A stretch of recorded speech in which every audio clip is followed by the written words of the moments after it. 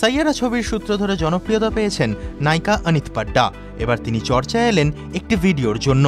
ভিডিওটি সম্ভবত বেশ কিছুদিন আগের, যেখানে অনিতকে দেখা যাচ্ছে উর্দু ভাষায় লেখা বিখ্যাত কবিতা লব পে আতি হে দুয়া গান হিসাবে পরিবেশন করতে। এটি মূলত ইসলামী ধর্মপ্রাণ কবিতা, তেমনই দাবি করছিলেন অনেকে, কিন্তু আসলে সেটা ছোটদের একটা কবিতা। কিছু ভক্ত প্রথম থেকেই অনিতের পক্ষে কথা বলেছেন, এটা শুধুই কবিতা, এতে দোষের কিছু নেই, এমন প্রতিক্রিয়াও এসেছে। অনিতকে ছবির দুনিয়ার একেবারেই কেউ চিনতেন না।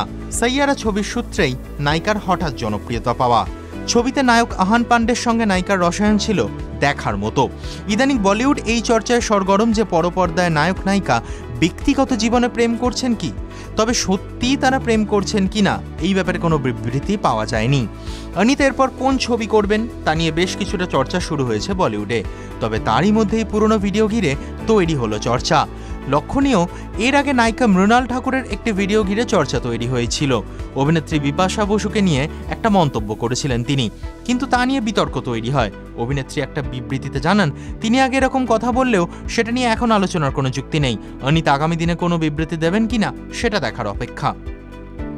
অনিতকে ঘিরে চর্চা শুরু হলেও এবার সত্যিটা সকলেই জেনে গিয়েছেন, তাই অনিতের সম্পর্কে যারা নেগেটিভ মন্তব্য করেছিলেন তাদের অনেকেই নিজেদের ভুল সংশোধন করে নিয়েছেন সোশ্যাল মিডিয়াতে। নায়িকার সামনে কী কাজ করবেন তা নিয়ে অবশ্য চর্চা থামছে না। এমনকি আহান পান্ডের সঙ্গে আবার কবে তাকে জুটি বেঁধে দেখা যাবে তা নিয়েও প্রশ্ন করছেন অনিতের অনুরাগীরা। TV9 Bangla digital.